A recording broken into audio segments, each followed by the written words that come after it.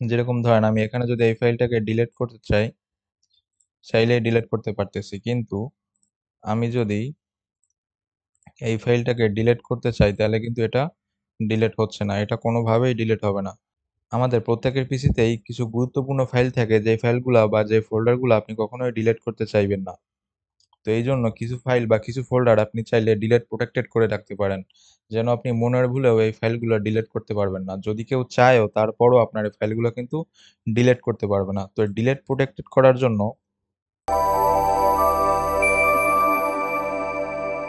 আপনি যেকোনো ফাইলকে এরকম যেকোনো ফাইল বা ফোল্ডারকে ডিলিট প্রোটেক্টেড করার জন্য এই ফাইল বা ফোল্ডারটা রাইট ক্লিক করবেন। রাইট ক্লিক করার পর এখানে নিচে এসে দেখেন প্রপার্টিজ আছে। প্রপার্টিজে ক্লিক করবেন। প্রপার্টিজে আসার পর এখানে দেখেন এই যে সিকিউরিটি নামে একটা অপশন আছে। সিকিউরিটিতে চলে যাবেন। এখানে আসার পরে এই যে এডিট নামে যে অপশন আছে এডিটে আসবেন। এডিটে এসে আপনার এই যে পিসি আছে পিসিটা সিলেক্ট করবেন। সিলেক্ট করার পরে এখানে দেখেন নিচে কিছু পারমিশন দেওয়া আছে। এখানে পারমিশনের ডিনাইতে কোনো টিক চিহ্ন দেওয়া নাই। মানে সবকিছুই করা যাবে। তো আমরা এখানে কিছু জিনিস ডিনাই করে দেব। তো এখানে ডিনাইতে ফুল কন্ট্রোলে যদি আমি ডিনাই করে দেই, তাহলে দেখেন আমার বাদবাকি যে অপশনগুলো আছে এগুলো অটো সিলেক্ট হয়ে যাচ্ছে। তো এখানে ডিনাই দিয়ে আপনি এপ্লাই দিবেন। ইয়েস, ওকে। ওকে দিয়ে এখানে ওকে দিবেন।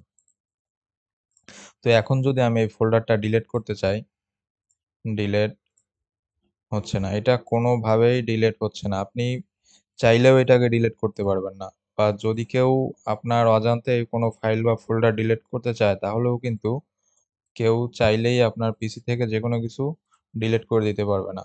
আবার ঠিক একইভাবে আপনি যদি চান যে এই ফাইলটাকে ডিলিট করে দিবেন তাহলে আপনার যে প্রোটেক্টেড আছে, ডিলিট প্রোটেক্টেড অপশনগুলো আবার চালু করে দিতে হবে। আমি ধরেন এই ফাইলটাকে ডিলিট করতে চাই। এটাকে আবার প্রপার্টিজে চলে যাব। প্রপার্টিজে গিয়ে সেম সিকিউরিটি, সিকিউরিটিতে গিয়ে এডিট, এডিটে গিয়ে পিসিটা সিলেক্ট করব। সিলেক্ট করার পর আমার যে ডিনাই অপশনগুলো আছে, ডিনাই অপশনগুলো আমি আস্তে করে সব উঠায় দিব। উঠায় দেওয়ার পর এপ্লাই দিব, ওকে দিব, ওকে। আপনি যদি ডিলিট প্রোটেক্টেড যে অপশনগুলো আছে এগুলো আবার রিমুভ করে দেন তাহলে কিন্তু আপনি চাইলেই ফাইলটা ডিলিট করতে পারবেন। তো এভাবে আপনি চাইলে খুব সহজে আপনার যেকোনো ফাইল বা ফোল্ডারকে ডিলিট প্রোটেক্টেড করে রাখতে পারবেন যেন আপনার ফাইল বা ফোল্ডারগুলো হারিয়ে না যায়।